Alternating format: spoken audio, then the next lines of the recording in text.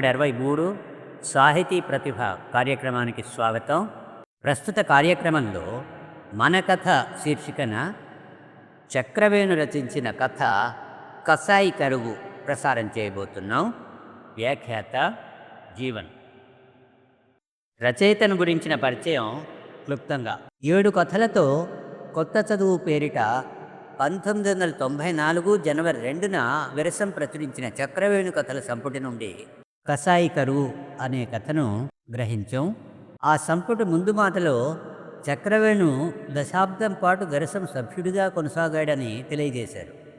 అలాగే ఆయన అక్టోబర్ 93లో రైలు ప్రమాదంలో పిన్న వయసులోనే అకాల మరణానికి గురయ్యాడని కూడా తెలియజేయబడింది. రాయలసీమ కన్నీటి వ్యధను సర్వే సర్వత్రా కోరను సాచిన కసాయి కరువును చిత్రించేదే ఈ కసాయి కరువు అనే కథ. విశాలాంధ్ర ప్రచురణాలయం వారు ఆగస్టు 1992లో సీమ కథలు ప్రచురించారు. అందులోని 18 కథల్లో కూడా కసాయి కరువుకు స్థానం దక్కింది. ఆ సంకలనంలో సీమ కథల నేపథ్యాన్ని వివరిస్తూ సంకలనకర్త సింగమనేని నారాయణ ఈ విధంగా అన్నారు. ఇవి సీమ కథలు. రాయలసీమ ప్రజల జీవన సంచలనాల్ని చిత్రించే కథల సంపుటి ఇది. ఒక ప్రాంతం కథలనే ఎందుకు సంకలనంగా తేవటం అని ఎవరైనా ప్రశ్నించవచ్చు. ఈ పని ప్రాంతీయ దురభిమానంతో చేసింది మాత్రం కాదని మొదటనే విన్నవించుకుంటున్నాను. రాష్ట్రంలోని ఇతర ప్రాంతాలతో పోల్చి చూస్తే రాయలసీమకు ఒక ప్రత్యేకమైన ఆర్థిక, సాంఘిక, సాంస్కృతిక జీవనం ఉన్నది. రోజు పేపర్లు చూస్తున్న వారికి ఈ ప్రాంతం జీవన స్థితిగతులు కొంతవరకైనా అర్థమయ్యే ఉంటాయి. భారతదేశంలోనే అతి తక్కువ వర్షపాతం గల జిల్లాల్లో రెండవది అనంతపురం జిల్లా. మిగతా రాయలసీమ జిల్లాల్లో కూడా వర్షపాతం అంతంత మాత్రమే. నీళ్లే నాగరికత అన్న విషయం చరిత్ర నిరూపించిన సత్యం. తాగే నీళ్ల కోసం కడవలు నెత్తిమీద పెట్టుకొని మైళ్లకు మైళ్ళు వెళ్ళే పరిస్థితి ఈ ప్రాంతంలో చాలా చోట్ల ఇంకా ఉన్నది అంటే నీళ్ల పుష్కలంగా లభించే ప్రాంతాల వారికి ఆశ్చర్యంగా ఉండొచ్చు. తాజా నీళ్ల కోసం రోజు యుద్ధాలు, కోట్లాటలు, తగాదాలు, బుర్రలు పగలగొట్టుకోవటాలు ఉంటున్నాయంటే నమ్మశక్యం కాకుండా పోవచ్చు.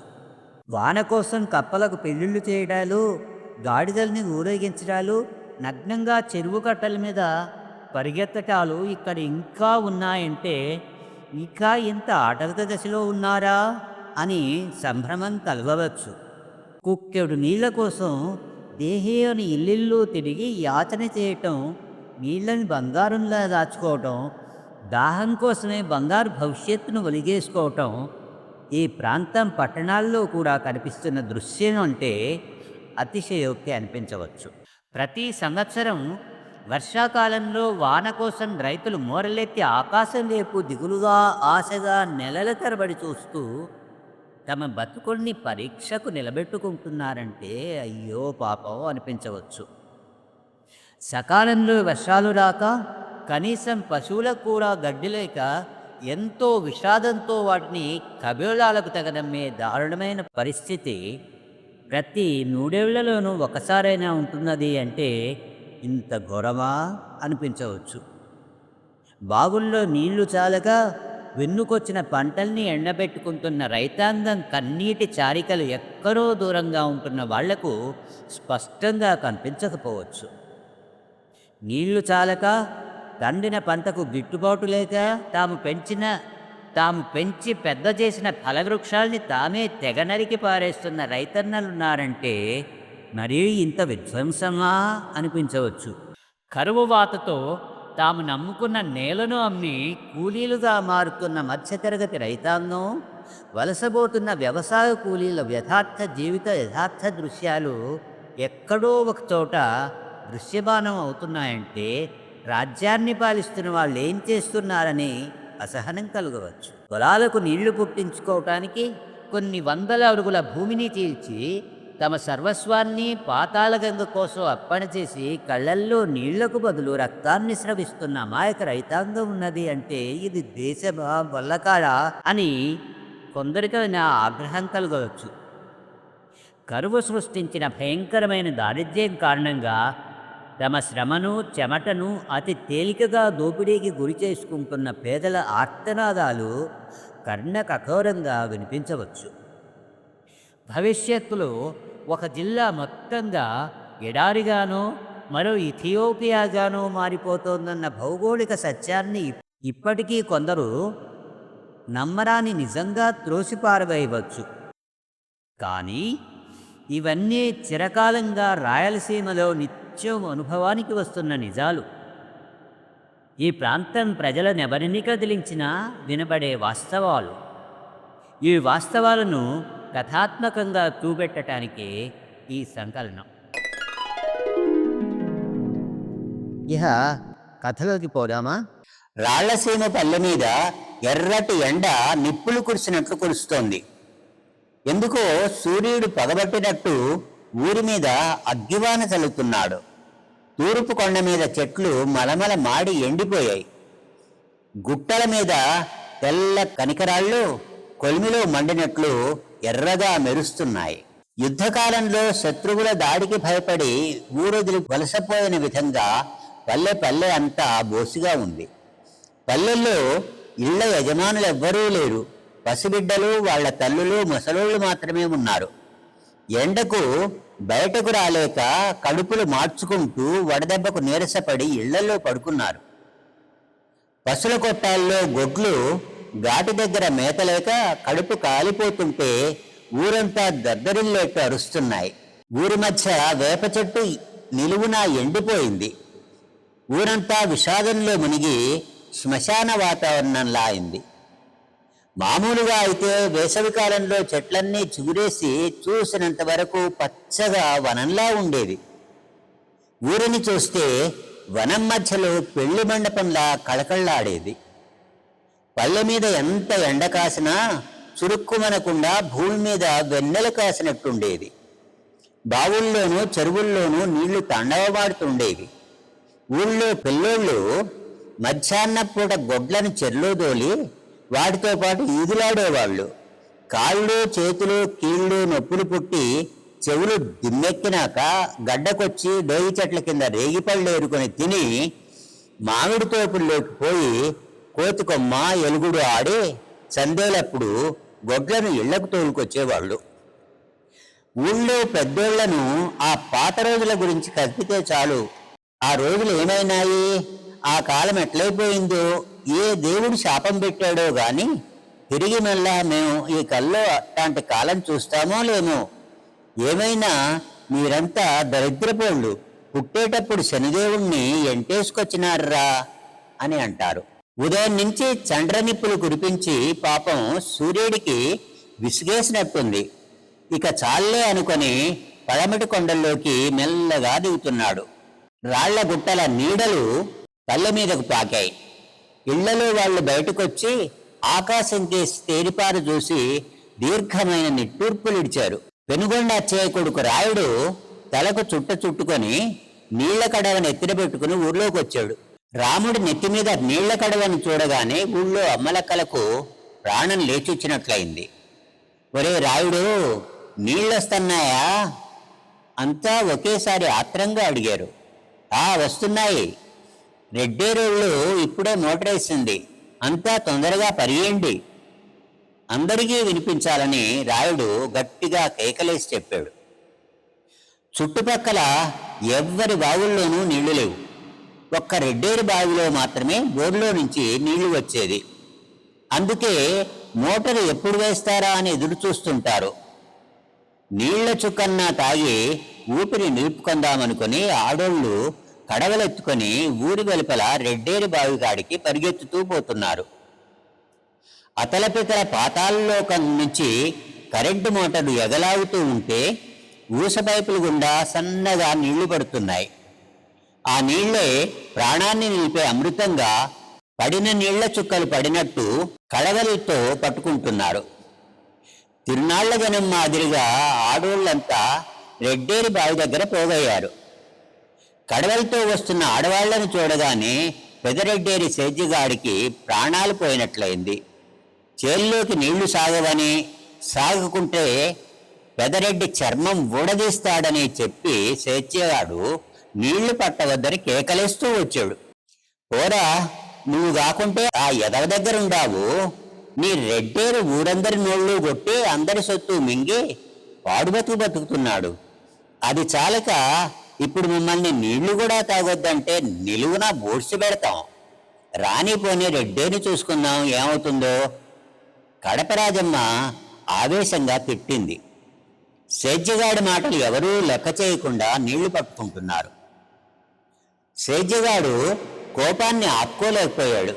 సరే అయితే మీరు నీళ్ళెట్ట పట్టుకుంటారో చూద్దాం కానివ్వండి అంటూ విసురుగా మోటార్ ఆపటానికి ముందుకు కదిలాడు. కడపరాజమ్మ అతనికన్నా విసురుగా ముందుకు పరిగెత్తింది. అడుగు ముందుకేసినామంటే తల 1000 ముక్కలవ్వాల. ధైర్యముంటే అడిగే. చేతిలో ఇత్తడి బెందే పైకెత్తి హెచ్చరిస్తూ నిలబడింది. రాజమ్మ సింహంలాగా అగుపడేటప్పటికీ చేతులెత్తి దండం పెట్టి కుప్పలా కూలబడిపోయాడు. గొడ్లను అమ్మేట్టుగా ఉంటే కొంటాం, ఎవరన్నా ఇచ్చేవాళ్ళుంటే ఇయ్యండమో అంటూ చీకటి పడేటప్పుడు 2 మనుషులు ఒక్కాకున వెళుతూ ఊరంతా వీధి వీధికి తిరిగి కేకలేస్తూ చెప్పి ఊరి మధ్య ఎండిపోయిన వేపమాను కింద గచ్చుబండల మీద కూర్చున్నారు. గొడ్ల వ్యాపారస్తుల దగ్గరికి పెద్దోళ్ళు ఒక్కొక్కరే వస్తున్నారు. అప్పటికే బక్క చిక్కిన పిల్లోళ్ళు తినేవి ఏమన్నా అమ్ముతున్నారేమో అని నోరూర్చుకుంటూ వచ్చి చూసి నిరాశగా నిలబడ్డారు. మీదే రాజ్యం? ఎక్కడి నుంచి వస్తున్నారు నాయన? ఒక ముసలి తాత కర్ర పట్టుకుని సొక్కుతూ సోలుతూ వచ్చాడు. తాత పేరు తిమ్మయ్య. మంచికి చెడ్డకి వివరించి చెప్పే ఊరి పెద్ద దిక్కు. తాతను ఊళ్ళో వాళ్ళంతా గౌరవిస్తారు. మాది బళ్ళారి పక్కన జోగి పెట్టగానే పెద్దాయన వ్యాపారస్తులు చెప్పారు. ఈ గొడ్లను మేపుకునేదానికే కొంటున్నారు కదూ నాయనా? తాత చాలా ఆశగా అడిగాడు. మన దగ్గర మేపు లేక ఘాటి దగ్గర చావటం కన్నా వేరే వాళ్ళ దగ్గర మేపు దొరికి కొంటామంటే అమ్మటమే మంచిది అన్న ఉద్దేశం తాతది. మీకు తెలియకుండా మాకు మాత్రం మేపు ఎక్కడుండాది? కసాయి కోసం బెంగళూరుకు తోలకపోదాం పెద్దయ్య. చేసే వ్యాపారాన్ని దాచుకోకుండా వ్యాపారస్తులు ఆ మాట చెప్పగానే తాతకు కళ్ళు బైర్లు కమ్మినాయి. ఉన్న పళాన భూమి 2గా చీలి అందులో కూరుకుపోతున్నాననుకున్నాడు. కాసేపటికి తెప్పరిల్లుకున్నాడు. ఎండిపోయిన గొడ్ల డొక్కలు చూసి తాతకు ఎనలేని బాధ. వాటి చూపులు చూస్తే తాతకు పసిపిల్లలను చూసినట్లే.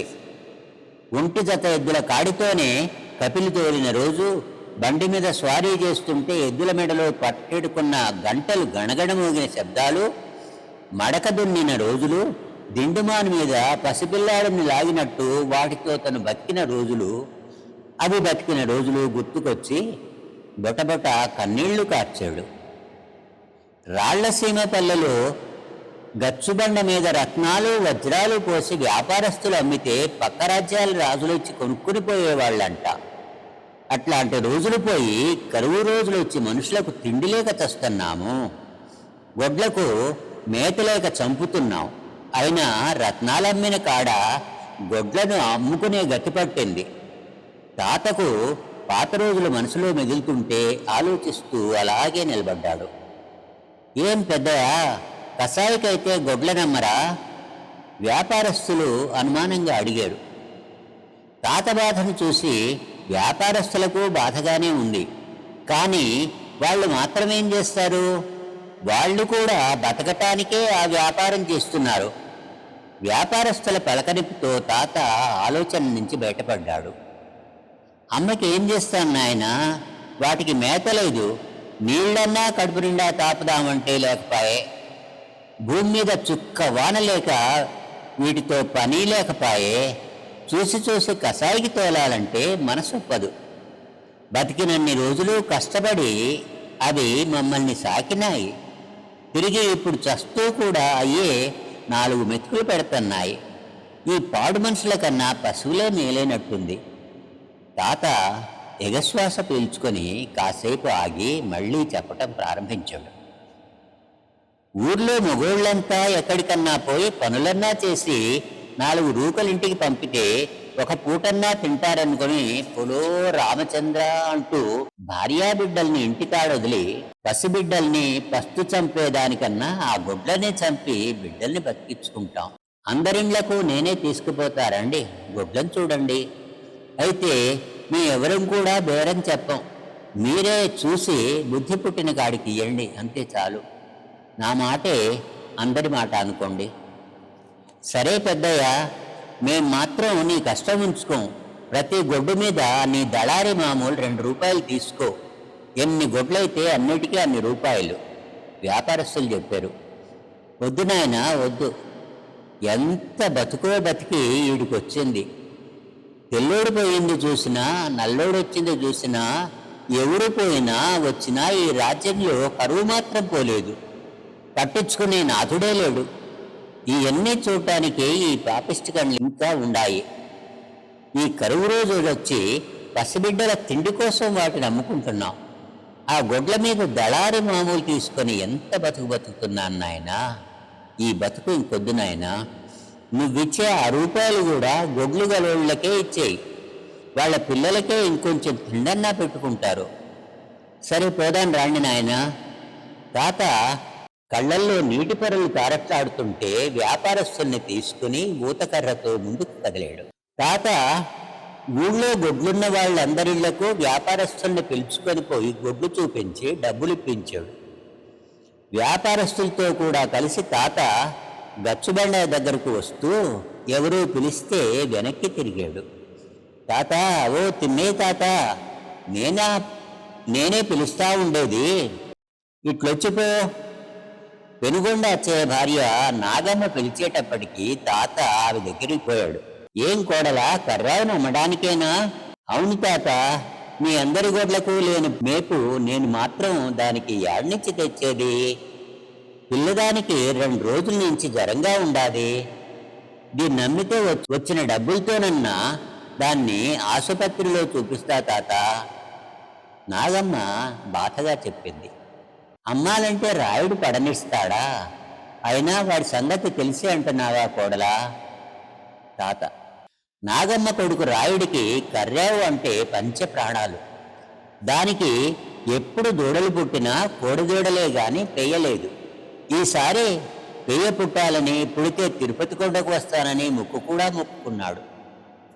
దానికి మేత లేకుండా ఉండేటప్పటికీ తలుపు తెంచుకొని యాడికో పోయిందని చెప్పొచ్చులే తాత, నాగమ్మ చెప్పింది. పిల్లవాడి మనసు ఎక్కడ బాధపడుతుందోనని తాత ఆలోచించాడు. కర్రావు అంటే రాయుడికి ఎంత ఇష్టమో తాతకు తెలుసు. కానీ అసలు పరిస్థితి కూడా తెలుసు కాబట్టి ఏమీ చెప్పలేకపోయాడు. సరేనని వ్యాపారస్తుల్ని తీసుకువచ్చి చూపించాడు. ఆవు మంచి ఆవే గాని పైగా బిడ్డ బాధపడతాడని కూడా అంటున్నారు. ఉండనిండమ్మా, మేమిచ్చినా కూడా చాలా తక్కువే కదమ్మా. వ్యాపారి కూడా అంత మంచి ఆవును కసాయికి తోలటం ఇష్టపడలేదు. దాన్ని అమ్మడం అంటే నా కొడుకును అమ్మేసినట్లే. కానీ ఏం చేసేదన్నా, మేతన్నా ఉంటే సరే, ఆ మేతే ఉంటే ఊర్లో ఎవరున్నా అమ్మేవాళ్లేనా అన్నా? నాగమ్మ బాధగా అంది. ఆమె చెప్పింది కూడా నిజమేననిపించింది వ్యాపారికి. సరే, 3 రూపాయలు ఇస్తానమ్మా అని చెప్పి జేబులో నుంచి డబ్బులు తీసిచ్చాడు. ఆ డబ్బు తీసుకోవాలంటే నాగమ్మకు చేతులు వణికాయి. చేసేది లేక మౌనంగానే అందుకుంది. రేపు మధ్యాహ్నం ఇక్కడికే లారీ వస్తుందమ్మా, అప్పుడు తీసుకుపోతాం. అంతదాకా ఆవును మీ కాడనే ఉండనీయండమ్మా, వ్యాపారి చెప్పాడు. ఆవును అమ్మే సమయానికి కొడుకు లేకపోవడం మంచిదైంది. కానీ ఆవును తీసుకుపోయే సమయానికి రాయుడిని ఇంటి దగ్గర ఉండనివ్వకుండా పక్క ఊళ్ళో తన అన్న దగ్గరికి పంపించాలని నిర్ణయించుకుంది నాగమ్మ. రాయుడు, లెయ్యి నాయనా, పనుండాది. నాగమ్మ చీకటుండగానే పూర్తిగా తెల్లారక ముందే కొడుకుని లేపింది. ఇంకా తెల్లారలే కదా, అప్పుడే ఎందుకమ్మా, పడుకునే తల్లికి సమాధానమిచ్చాడు రాయుడు. అంత పొద్దున్నే లేవాలంటే రాయుడికి మనసొప్పలే. పసిబిడ్డ కాబట్టి కడుపు నిండా తిండి లేక నీరసపడినాడు. రాత్రి కూడా తిండి లేదు. తాను పిల్లలతో కలిసి సాయంత్రంగా కలబందగడ్డ కొట్టుకొస్తే అదే తల్లి కొడుకు ఇద్దరు కలిసి తిన్నారు. తొందరగా లేరా, మీ మామగారి ఊరికి పోయేసి వద్దు. నాగమ్మ మళ్ళీ లేపింది. మొన్ననే కదమ్మా మామ వాళ్ళ ఊరికి పోయింది, మళ్ళా ఇప్పుడెందుకమ్మా, మా ఇంట్లో మాత్రం గింజలు ఎట్టొచ్చినాయి, ఇంక రాబోకండని అత్త కసిరింది. రాయుడికి మేనమామన్నా మేనమామ ఊరికి పోవడమన్నా ఇష్టమే కానీ అత్త గయ్యాళితనం చూస్తే మాత్రం భయపడతాడు. ఈరోజు ఒక్కరోజు పోయిరా నాయనా, అత్తకు తెలియకుండా మామను 10 రూపాయలు అడిగి ఇప్పించుకోండిరా, అమ్మికి జరంగాని సూదన్నా వేయించాలే, తొందరగా రాపో నాయనా. నాగమ్మ కొడుకుని బుజ్జగించి చెప్పి పంపించింది. నాగమ్మ కూడా వదిన గయ్యాళితనం చూసి తన అన్న దగ్గరకు డబ్బు కోసంగా కొడుకుని పంపటం ఇష్టం లేదు. కానీ ఆ రోజు ఇంటి దగ్గర రాయుడుంటే వ్యాపారస్తులు ఆవును తీసుకుపోయేటప్పుడు అడ్డుపెడతాడు. వాణ్ణి కాదని బలవంతంగా తీసుకుపోతే మనస్సు బాధపరిచినట్లవుతుంది. అందుకని డబ్బు సాకుతో రాయుణ్ణి తన అన్న దగ్గరికి పంపించింది. మధ్యాహ్నం అన్నం అక్కడే తిని సాయంత్రంగానే రమ్మని మరీ చెప్పి పంపించింది. రాయుడు పోయిన కొద్దిసేపటికి గొడ్లను తీసుకుపోయే లారీ కూడా రానే వచ్చింది. లారీని చూసినప్పటి నుంచి నాగమ్మకు వణుకు పుట్టింది. గొడ్ల కొట్టంలోకి పోయి ఆవుని తేరిపార చూసింది. వీపు మీద చేత్తో నిమిరింది. దుఃఖం ఎంతగా ఆపుకున్నా ఆగలేదు. నీకు మాకు ఈ రోజుతో రుణం తీరిపోతుంది కర్రే అని ఆవు మెడను వాటేసుకొని భోరుమని ఏడ్చేసింది. కర్రావుకు ఏమర్థమైందో ఏమో మెడను ముందుకు చాచి మోర పైకెత్తి నాగమ్మ భుజం మీద తన గొంతును ఆంచింది. చేతుల మీద నాలిగ నద్ది జొల్లు కార్చింది. నాగమ్మకు మనసు నిలకడగా లేక ఇంట్లోకి బయటకు లెక్కలేనన్నిసార్లు తిరిగింది. గొడ్లనన్నింటినీ లారీకి ఎక్కించేటప్పటికి మధ్యాహ్నమైంది. ఊరి జనమంతా లారీ దగ్గర మూగిపోయారు.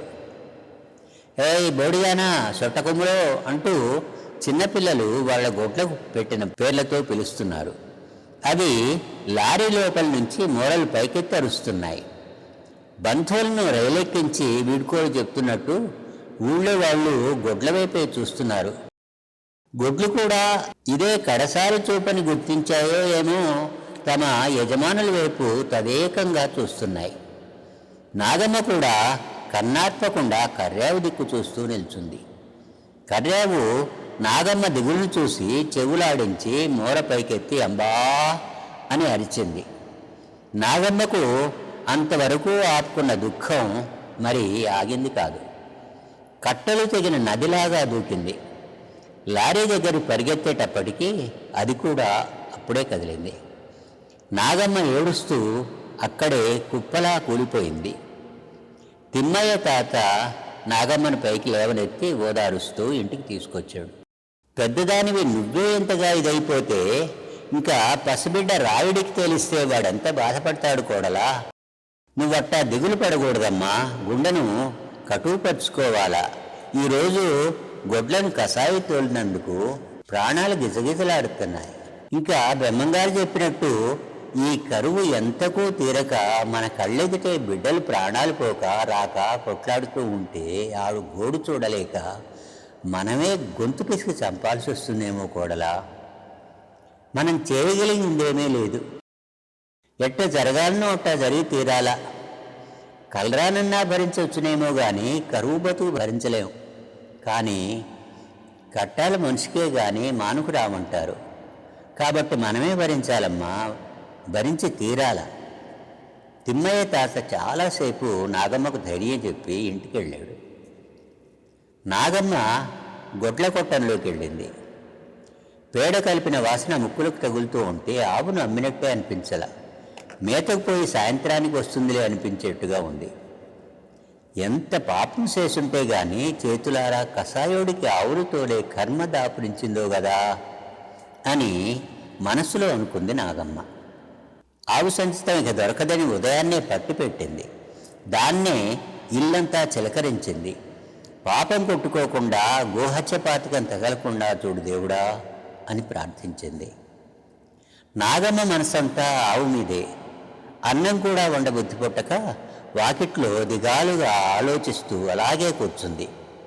తన మనసుకే ఇంత బాధగా ఉంటే ఇక పసిబిడ్డకు తెలిస్తే వాడెంత బాధపడతాడో గదా అనుకుంది. రాయుడు మామగారు ఊరెళ్ళి ఇంటి దగ్గర తన మామ లేడని తెలిసి అత్త కూడా తన ముఖం చూపించకుండా వెంటనే ఇంటి దారి మళ్ళాడు. రాయుడు మట్టి రోడ్డుపై నుంచి తారు రోడ్డు మీదకి వచ్చేటప్పటికీ రోడ్డు మీద గొడ్ల లారీని నిలబెట్టుకుని వ్యాపారస్తులు టీ తాగుతున్నారు. రాయుడిని దూరం నుంచి చూసి కర్రాబు లారీలోంచి పిలుస్తున్నట్టుగా అంబా అని అరిచింది. కర్రాబు అరుపును గుర్తించి లారీ వైపు చూపు సారించాడు రాయుడు. కర్రాబు కనపడగానే ఆశ్చర్యం వేసి అది లారీలోకి ఎట్లా వచ్చిందో అర్థం కాక లారీ దగ్గరికి పోయి చూడాలని పరిగెత్తాడు. దగ్గరికి వెళ్ళేటప్పటికీ లారీ కదిలిపోయింది. ఆవు అంబా అంబా అంటూ అరుస్తూనే ఉండేది. అరుపు దూరమయ్యేదాకా అట్టాగే నిల్చొని లారీ కనుమరుగు అవగానే ఇంటికి పరుగు తీశాడు. రాయుడు ఇల్లు చేరేటప్పటికి మధ్యాహ్నమైంది. అమ్మా అమ్మా అంటూ రాయుడు గస మీద వచ్చాడు. రాయుడి పిలుపు ఆత్రత చూడగానే నాగమ్మ గతుక్కుమంది. ఎందుకురా గస పెట్టుకుంటూ పరిగెత్తినావు, ఏమైంది? నాగమ్మకు ఏం జరిగిందో అర్థం కాక ఆందోళనగానే అడిగింది. మన కర్రావును ఎవరూ లారీలోకి ఎక్కించుకుని పోయినారమ్మా. వచ్చినంత ఆత్రంగానే గబగబా చెప్పాడు. ఆ మాట వినగానే నాగమ్మకు పై ప్రాణం పైనే పోయినట్టయింది. అంతలోనే ఏమీ తెలియనట్టు నెమ్మదిగా అయింది. మన ఆవుని ఎవరు పట్టుకుని పోతారా? ఇప్పుడు దాకా ఇంట్లో ఊరికే మేత కోసం అల్లాడుతూ ఉంటే నేనే ఉండబట్టక తలుగిప్పి తరిమినానే. సాయంత్రానికి వస్తుంది. జరిగింది చెప్పకుండా దాచింది. రాయుడికి నమ్మబుద్ధి కాక కొట్టం దగ్గరికి పోయి అనుమానంగా చూస్తూ నిలబడ్డాడు. కొడుకు అనుమానపడటం చూసి వాడికి ఎక్కడ నిజం తెలిసిపోతుందో అని నాగమ్మ భయపడింది.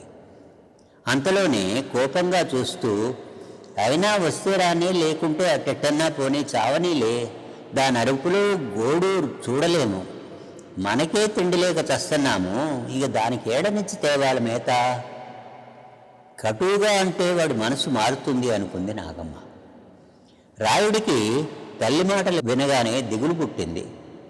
ముఖమంతా నల్లగా తయారైంది. ఏం మాట్లాడకుండా అరుగు మీద పడుకున్నాడు. నాగమ్మ కొడుకు పరిస్థితి గమనిస్తూ ఇంట్లోకి బయటికి తెగ తిరిగింది. వాడికి అంతకన్నా ఇంకేం చెప్పాలో ఆమెకు అర్థం కాలేదు. రాయుడు, నువ్వు ఇంటికాడనే ఉండురా, నేను అమ్మిని తీసుకుపోయి సూదేపిచ్చుకొసిన వస్తా అని చెప్పి బిడ్డనెత్తుకొని గొడ్డునమ్మగా వచ్చిన డబ్బు తీసుకుని ఆసుపత్రికి బయలుదేరింది. చెల్లెల్ని తీసుకుని అమ్మ ఆసుపత్రికి బయలుదేరిపోగానే రాయుడు ఇంటి వాకిలేసి చిలుకు పెట్టి వీధిలోకి వచ్చాడు. రాయలన్నా రాయలన్నా అంటూ మల్లికార్జునుడు పరిగెత్తుకుంటూ వచ్చాడు. మల్లికార్జునుడు రాయుడి పెద్దమ్మ రాజమ్మ కొడుకు. రాయుడి తండ్రి అచ్చయ్యతో పాటు మల్లికార్జునుడి తండ్రి యానాదయ్య కూడా కూలి పని కోసం ఊరు విడిచిపోయాడు. మల్లికార్జునుడు రాయుడి దగ్గరికి వచ్చి, రాయలన్నా, పొద్దున ఏడికిపోయినావన్నా ఊళ్ళో లేకుండా అన్నాడు. ఉదయం లారీలోకి గొడ్లనెక్కించిన సంగతి, అవి పోయేటప్పుడు ఊళ్ళో వాళ్ళు ఏడవటం, రాయుడి తల్లి కింద పడిపోయిన విషయాలు అన్నీ వివరంగా చెప్పాలని మల్లికార్జునుడు ఆతృత పడుతున్నాడు. మల్లిగా, ఈ పొద్దు మీ దున్నపోతులను కూడా మీదకు వదిలినారారే? రాయుడు అడిగాడు. గొడ్లను అమ్మిన సంగతి రాయుడికి తెలియదని తెలుసుకున్నాడు. రాయలన్నా, మా దున్నపోతులను కూడా అమ్మేసిల్లా, నీకు తెలీదో అన్నాడు. మాయి దున్నపోతులు, మీది కర్రావు ఊళ్ళో అందరికీ అమ్మేసినారు. పొద్దున నువ్వు లేవు కదా, లారీలో అన్నిటినీ ఎక్కించి తీసుకుపోయినారు. అందరూ భలే ఏడ్చినారన్నా, మీ అమ్మ కూడా నేల మీద పడి ఏడ్చింది. మల్లికార్జునుడు ఉదయం లారీ దగ్గర జరిగిందంతా వివరించాడు. రాయుడికి మల్లికార్జునుడు చెప్పింది వినగానే ఉదయం రోడ్డు మీద లారీలో ఆవుని చూడటం, అది తనను చూసి అరవటం అన్నీ కళ్ళ ముందు కదిలాయి. కర్రావును అమ్మేశారని తెలియగానే కళ్ళు మబ్బులు కమ్మి స్పృహ తప్పిపోయాడు. రాయిలన్న పడిపోయినాడు, చచ్చిపోతున్నాడు. మల్లికార్జునుడు భయపడి అరవగానే జనమంతా రాయుడు చుట్టూ మూగారు. ముఖం మీద నీళ్లు చల్లగానే రాయుడు నీరసంగా కళ్ళు తెరిచి అందరి వైపు పిచ్చి చూపులు చూశాడు. నా కర్రావును అమ్మొద్దు, కర్రావును అమ్ముకోకండి, కర్రావు కావాలా గట్టిగా అరిచి కాసేపటికి మళ్ళీ స్పృహ తప్పాడు. రాయుడిని ఎత్తుకొచ్చి ఇంట్లో మంచం మీద పడుకోబెట్టారు.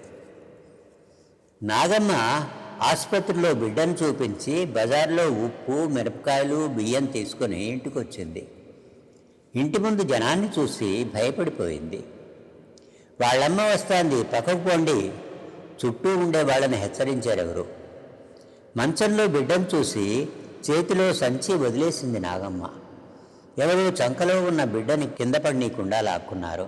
రాయుడా అంటూ వెర్రి అరుపు అరిచి బిడ్డ మీద వాలిపోయింది నాగమ్మ. చెల్లెల్ని ఓదారుస్తూ రెక్కపట్టి లేపింది రాజమ్మ. రాయుడికి ఏం కాలేదులే, గమ్మునుండు కోడలా అన్నాడు తాత. కడుపులో ఏమీ ఆలే లేనట్టుంది, కండ్లేమో తిరిగి కింద పడినాడు, అంతే, ఇంకేం జరగలేదు. మీరు ఊరికే ఏడ్చగాకండి, పిల్లోడు మరీ భయపడిపోతాడు. తాత నాగమ్మను సంధాయించాడు. నాగమ్మ కొద్దిసేపు మౌనంగా ఉండి ఏదో జ్ఞాపకం వచ్చి తాత వైపు చూసింది.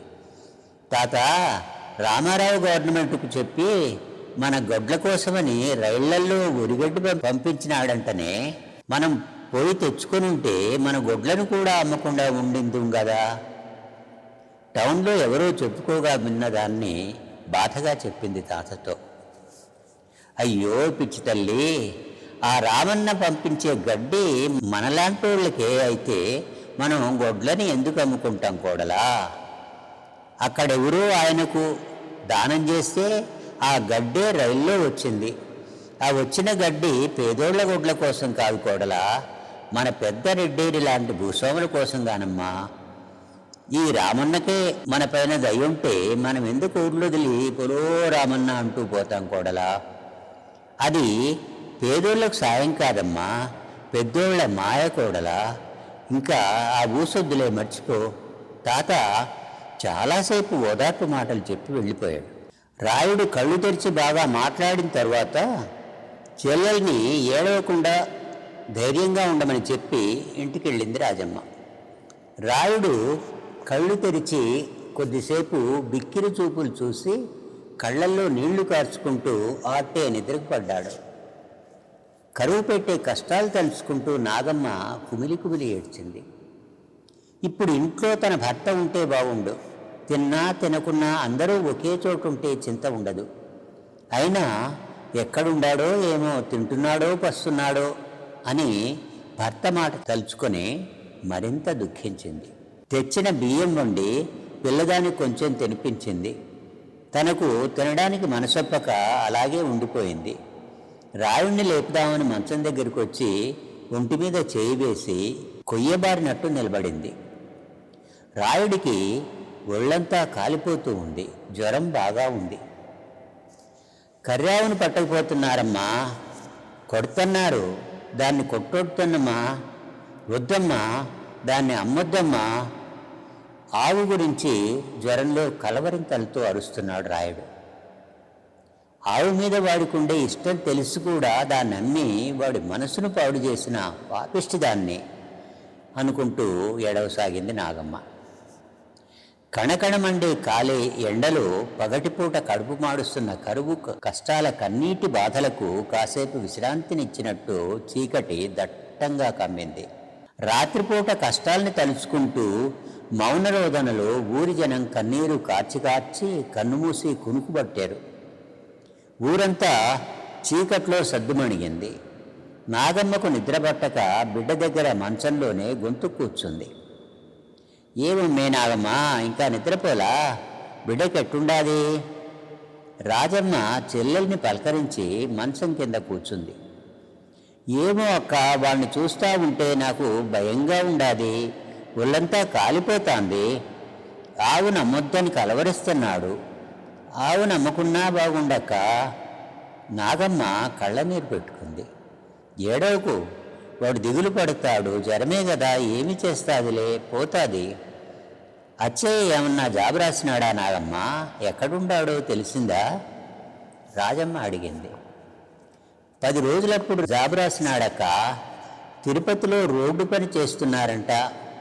పని చేసి రాత్రిపూట రైల్వే స్టేషన్లో పండుకొని ఉంటే పోలీసోళ్ళు వచ్చి పట్టుకుపోతున్నారంటక్క. వీళ్ళతో పాటు ఉండే వాళ్ళలో 2 పట్టుకుపోయి దొంగతనం కేసు పెట్టి జైల్లో తోసినారంట. తిరుపతిలో ఉండాలంటే భయంగా ఉండాది అని రాసినాడక్క. మళ్ళేం జాబు గీబు రాయలా. ఏమన్నా అయిందో ఏమో అని నాకు అదొక పక్క దిగాలుగా ఉందక్క. నాగమ్మ భర్త విషయం దిగాలుగా చెప్పింది. కొద్దిసేపు ఇద్దరు ఏం మాట్లాడుకోకుండా మౌనంగా ఉండిపోయారు. యానాది మామ సంగతి మా ఇంటాయన కూడా జాబులో రాయలా, ఏడుండాడక్క? నాగమ్మ రాజమ్మను అడిగింది. నీకు ఆ సంగతే చెప్దామని వచ్చినా మర్చిపోయినానమ్మే, రాజమ్మ అంది. ఎక్కడ ఉండారట అక్క? నాగమ్మ ఆతృతగా అడిగింది. కోడూరు కాడ మంగంపేటలో ముగ్గురాళ్ల గనిలో పనిచేస్తున్నారంటమ్మే. రాళ్ళు కోసుకొని బాగా దెబ్బలు తగిలి పుండ్లవుతున్నాయంట. అయినా పర్వాలేదు, పని దొరుకుతుందంట. మమ్మల్ని కూడా రమ్మని చెప్పి రాసినాడు నాగమ్మ. పొద్దున్నే రైలు బడి పోదాం అనుకుంటున్నాం. ఆ సంగతి నీకు చెబుదామని వచ్చినానమ్మే, రాజమ్మ వివరించింది. అట్టయితే మీరు పోయినాక మామని అడిగి బాగా పని దొరికేట్టయితే జాబు రాయండక్క. మేము కూడా మా ఇంటి ఆయనకు చెప్పి అక్కడికే వచ్చేస్తాం.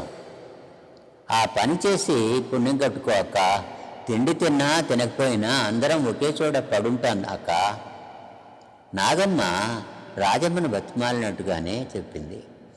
దానికేముందమ్మే, మీరు కూడా ఉంటే అందరం తోడుగానన్నా ఉంటాం. పోతానే జాబు రాపిస్తానులే అమ్మే. రాజమ్మ చెల్లెలకు చెప్పి వెళ్ళిపోయటానికి లేచింది. మరిసిపోగాకక్క, మీతో పాటు మేము కూడా ఒక పూట తింటాం. అక్కకు పోయేటప్పుడు మళ్ళీ గుర్తు చేసింది నాగమ్మ. నువ్వంతగా చెప్పాలి నా నాగమ్మ. నా చెల్లెలు బతుకుపైన నాకు మాత్రం బెంగుండదా ఏమి?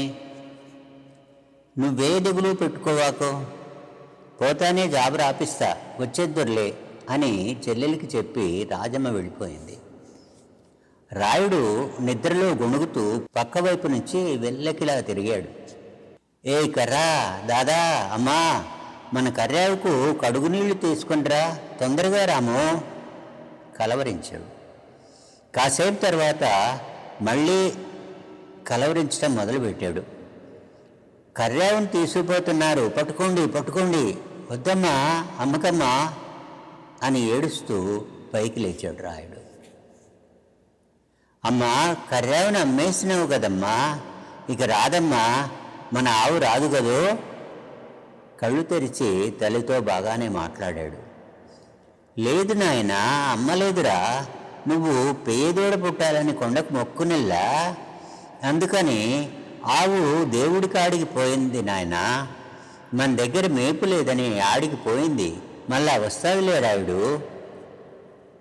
నాగమ్మ బాధను ఆపుకుంటూ చెప్పి కొడుకును మంచం మీద పడుకోబెట్టింది. అర్ధరాత్రి దాటుతున్న నాగమ్మకు కంటి మీద రెప్ప వాలలేదు.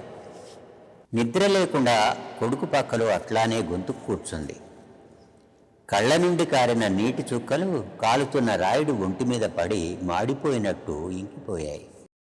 నిప్పులై మెరుస్తున్న రాళ్ల మీద గడ్డి కూడా కనిపించక మాడిపోయిన ఎడారిసీమ ఎర్రదుమ్ము నేల మీద కొంచెమన్నా కనికరించి గంగతల్లి కన్నీటి చుక్కల్ని రాల్చి, గడ్డి మొలకలన్నా మొలిపించుకుంటే నీ కర్రేవును నేను కసాయికి తోలుండకపోదున్నాయనా. ఆ గంగతల్లికి కరుణ లేదు. రాజ్యమేలే మహారాజుల గుండెలు కరగల.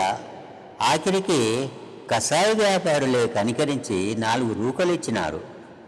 నువ్వు ప్రాణంగా చూసుకునే ఆవే కసాయి కరువుకు ప్రాణాలిచ్చి నీ చెల్లెల్ని కాపాడింది. ఇంకా 4 రోజులు ఉండేట్టుగా మన ప్రాణాల్ని నిలబెట్టింది.